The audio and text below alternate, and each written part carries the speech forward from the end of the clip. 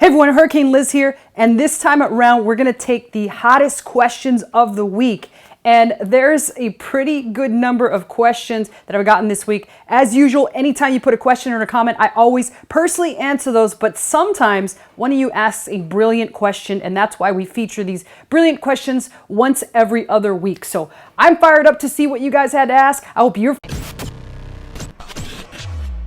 All right, so let's go ahead and jump right in. And the first question from Mr. D says, Liz, awesome goals. I'm weighing the concepts of building a publishing biz or buying existing underperforming books. The shutdown pretty much killed my business consulting to local and regional small businesses.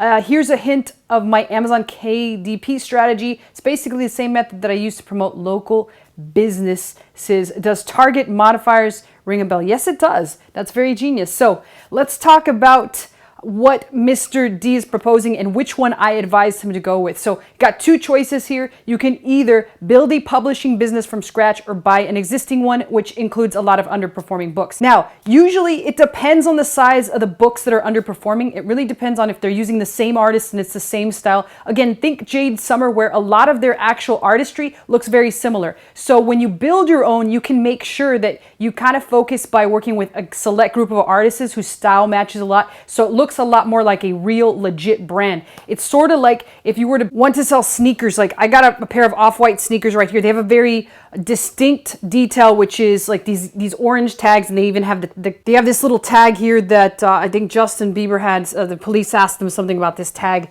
and it's just a design element. So there's certain design elements that your own artist can convey in your own publishing business that you build from scratch versus those of an underperforming business. So yeah, while you collect maybe potentially thousands of books from an underperforming business, what the hell are you going to do with those thousands of books specifically if they don't match each other's style? So that's why I would be on the side of building your own business, particularly when you've got a pretty good set of skills and you're pretty darn good at running PPC. So Mr. D, I would build my own, and that's exactly what I told you, but fantastic question. Here we have Emmy saying, so what are the steps to sell Audible? Such good info, but I definitely need some itemized breakdown. From idea to actual first sale, what's the list of steps? So, all right, I'm going to cut this down as short and sweet as possible. Step one, you have to come up with the idea of a book that will sell. So you have to make sure and verify that it has demand. Step two is once you figure out if it has demand, you have to put together an outline based on what you research that other well-performing books already have done. You got to put that together and put it together for a writer. Step three, you've got to find the writer to be able to write the book,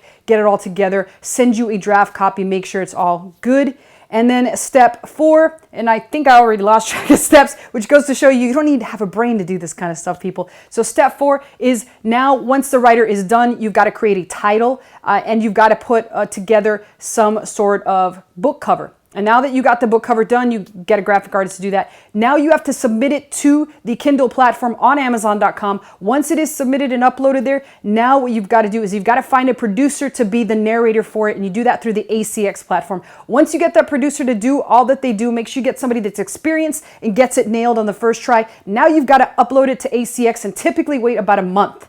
Yes, a month. I know I hear some crickets here, but a month long is what it takes. And then finally, you start with the marketing of the book, trying to get reviews and so forth, and trying to promote it. And you do get a couple of times during the Kindle that you can price it at $1. And you can also run ads on the Kindle version. I don't believe they have ACX ads yet, but don't quote me on that, as it's been a while since I've actually done an ACX book. So hopefully that helps you, Emmy. Those were the steps. And let's go to the next question. All right, the next question is for Remus. Remus says, hi there. Can you make a list of how to price the t-shirts, hoodies in US, UK, Europe, and Japan? Make a video and let us know. To be quite honest with you, I have never done a hoodie ever. A hoodie or the t-shirts, yes.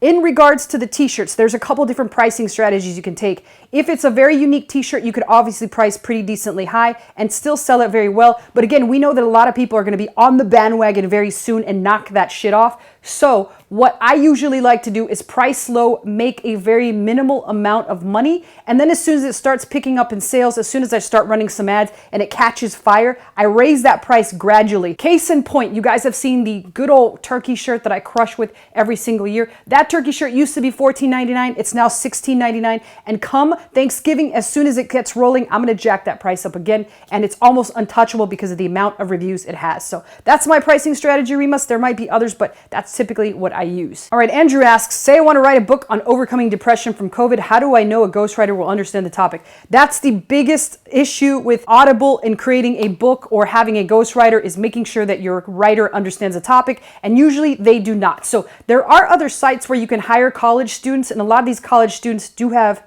experience in some of the areas. You can specifically ask for one that has experience in the psychology niche, and hopefully you get somebody that's able to understand this. But that's why your outline is a big deal, and it will help the writer. But the writer themselves doesn't have to know anything about the topic. They don't need to know shit. They're just going to go by your outline and the research that they do on the internet. So that's the bad side of creating these books. All right, Cooking Single says, I used your strategy to apply and got accepted by Merch by Amazon in early January. I got my first sale today. Thanks. So thank you for that compliment, Cooking Single. I'm glad you took my advice, and I'm glad you did it. So guys and girls, this stuff works. You just have to do it. All right, Callie9000 says, thanks for the video. So I sort of ignored your advice and created a niche Valentine's Day book after watching this. I've sold a bunch. Wow. So that goes to show you can't listen to everything I say, people. Half the time I'm having, or I just had a vodka. So don't listen to me all the time. Also, your anti-Valentine video a few weeks back, I couldn't even wait until the video finished. I created an anti-Valentine t-shirt. They've been selling. Okay, never mind. I'm a genius. Always listen to me. It says, not a ton like most, but a few every week. Always love your videos. Great ideas. Thanks. Again, you guys got to listen to what I'm saying. I've got experience in trends. I've got experience in e-commerce, and I just kind of know things. I drink and I know things, kind of like Tyrion from Game of Thrones. That's right. All right, so next question. I'm happy for you, Callie. Way to go, buddy. Kenneth says, how do I know if the keywords you are looking for are from actual customers or from the thousands of publishers like you looking for books to publish? Well, I gotta say, Amazon has 400 million credit cards on file. The amount of publishers is nowhere near that. So the chances that it's real people searching for real products is very large. Therefore, don't worry about the amount of publishers that are potentially looking for these books to sell. It's gonna almost 999,999 out of 1 million, or however much that is, times going to be a real person looking to buy something. So ignore the fact that publishers too are looking for it. It's not worth Kenneth. It's a good reason why people would stop doing something, because they're afraid. So just do it, buddy. All right, Jeanette says, thank you so much for sharing these videos. Could you maybe do a search with Easter in a couple weeks? I'm creating notebooks and coloring books for the holiday. So absolutely. Let me know below, as I said before, what other keywords you would like me to search for when we do the hot keywords of the week. Easter is obviously on the agenda. So post your comments and or sample keywords below, and I will make sure that I get them on the next video. All right, Kevin says, so my store is exclusively on Amazon. I don't have a website. Should I open a Shopify store to help my odds? It would be a new store, though, which according to the video means they will look negatively on that. So Kevin is talking about having a Walmart account or opening a Walmart account for the purposes of drop shipping on Walmart. The truth is, Kevin, none of us really know what the algorithm for Walmart accepting you into their program is. I think it will potentially negatively impact you. It might not if you have enough other credentials to show that you are a legitimate store that has been selling online for quite some time and you have the experience to be able to sell on Walmart and not break any of the rules. So that's all that they're basically looking for, is somebody that has business experience, somebody that has a legitimate store, and somebody that has been selling and has that experience. Other than that, if you've been doing all those things, if you're like a brick and mortar and you've never had a website or you never had an Amazon store, I certainly would still try to submit it and see what they say. Worst case scenario, you can submit a whole different application once you have something that's a little bit more legitimate. So just do it, which is the theme of this video. Just do it. All right, Shannon asks, can you reapply with the same account? I've been on Etsy since 2013 with POD products, but not t-shirts. Should I add t-shirts to my shop before I reapply? Yes, Shannon, you should. Try to add at least 10 to 15 designs, and try to also put a description of what you've done in the past in the other information. I showed that on my merch reject video, and go through that and see what I put on there, and then kind of just create your own story and let them know who you are and why you should be allowed to sell on merch. After all, you've had over, I can't even add that or subtract. 2013 minus 2021. You've had 8 years of experience, girl. You're a veteran as far as I'm concerned. So I'm pretty sure they'd love to have you, and they will let you in if you put all that extra information. And guys and girls, I went through those fast and furious, and we are done with the questions of the week. As always, put your questions and comments below. I always personally answer them, and I will feature them on this video if they're good enough or if people would learn from them. So until next time, get out there and just do it, like Nike says.